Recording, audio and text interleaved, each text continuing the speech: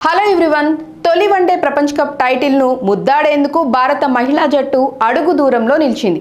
ICC మహిళల ప్రపంచ cup 2025 ఫైనల్లో భారత్ అడుగుపెట్టింది. గురువారం నవీ ముంబై వేదికగా ఆస్ట్రేలియాతో జరిగిన సెకండ్ సెమీఫైనల్లో 5 వికెట్ల తేడాతో విజయం సాధించిన టీమిండియా తమ ఫైనల్ బెర్త్ను ఖరారు చేసుకుంది.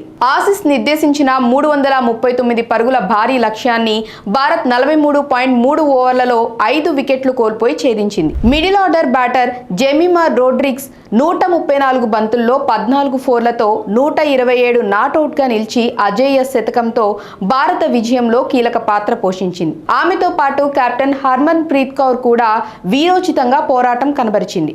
ఇక వీరిద్దరూ 3 వికెట్లకు 156 బంతుల్లో 167 పరుగుల భాగస్వామ్యాన్ని జోడించారు. హర్మన్ ప్రీత్ అవుట్ అయినా జెమిమా మాత్రం పట్టు వదల్లేదు.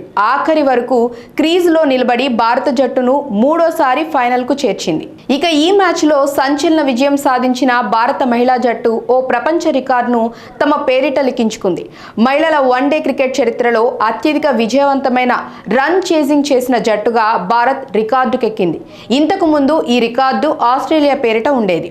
ఇదే టోర్నమెంట్లో వైజాగ్ వేదికగా భారత్తో జరిగిన లీగ్ మ్యాచ్లో ఆస్ట్రేలియా జట్టు 331 పరుగుల లక్ష్యాన్ని ఛేదించి ఈ అరుదైన రికార్డును తమ ఖాతాలో వేసుకుంది.